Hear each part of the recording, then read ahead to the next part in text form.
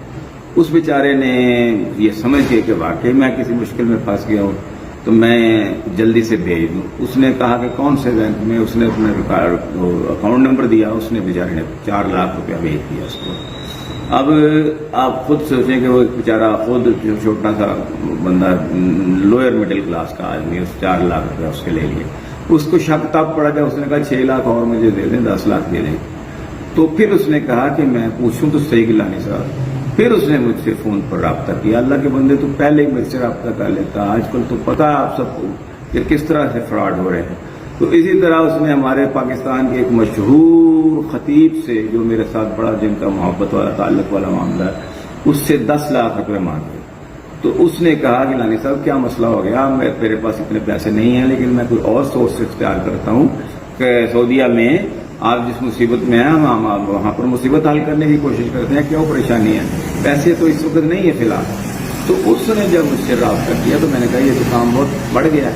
میں نے اسی وقت پوسٹ لگائی اپنی آئی ڈی پہ بھی، اپنے پیج پہ بھی، لیکن اس کے باوجود بعض دوست جو ہے وہ پھنس گئے ہیں، اور اس نے اپنا کام جاری رکھا۔ مجھے سخت افسوس ہے کہ آج کے دور میں ہمارے لوگ جو ہیں وہ پھنس جاتے ہیں۔ تو دیکھیں، آپ نے ویڈیو دیکھی کہ کس طرح اس نے لوگوں کو لوٹ لیا۔ تو یہ پیغام ہر کسی تک پہنچنا چاہیے تاکہ ہمارا مال اور ہماری جان محفوظ ہو جائے، اور دوسرے کو تکلیف سے بچانا کتنی بڑی فضیلت کی بات ہے۔ نبی کریم صلی اللہ علیہ وسلم نے ارشاد فرمایا، مفہوم میں بتا دیتا ہوں، کہ جس نے کسی مسلمان سے دنیا میں تکلیف کو ہٹایا تو اللہ تعالیٰ قیامت والے دن اس سے تکلیف اٹھائے گا۔ تو یہ پیغام عام کر دے تاکہ لوگوں کو معلوم ہو جائے کہ اس طرح ہونے سے پہلے وہ رابطہ کرے کہ بھئی آیا آپ کو ضرورت ہے یا نہیں ہے، اور ہم جو ہے اس طرح ہم نے دیکھ لیا، شاید آپ کو تکلیف ہو، ہم آپ کے ساتھ تعاون کرتے ہیں۔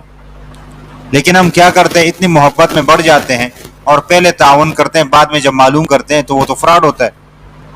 اور خاص کر کے اس میں پاکستانی بہت آگے ہیں, ان کی ضمیر مر چکی ہے. یہ اعتقاد بھی نہیں رکھتا ہوگا کہ اللہ کے سامنے ہم جائیں گے, کہ کس طرح مسلمانوں کا مال اور ان کے ساتھ کھیلتے رہتے ہیں. اس میں ہمارا بھی قصور ہوتا ہے, ہم معلومات نہیں کرتے. پہلے معلومات کرے, پھر اس کے بعد آپ تعاون کریں. لیکن جب تک آپ مطمئن نہ ہو اس سے براہ راست بات کرے, جب تک بات نہیں ہو سکتی آپ تعاون نہ کرے. یہ مختصر یہ ویڈیو میرے سامنے سے گزری, مجھے بہت دکھ ہوا کہ لوگ اس طرح بھی کرتے ہیں اور لوگوں کے ساتھ اس طرح بھی ہوتا ہے.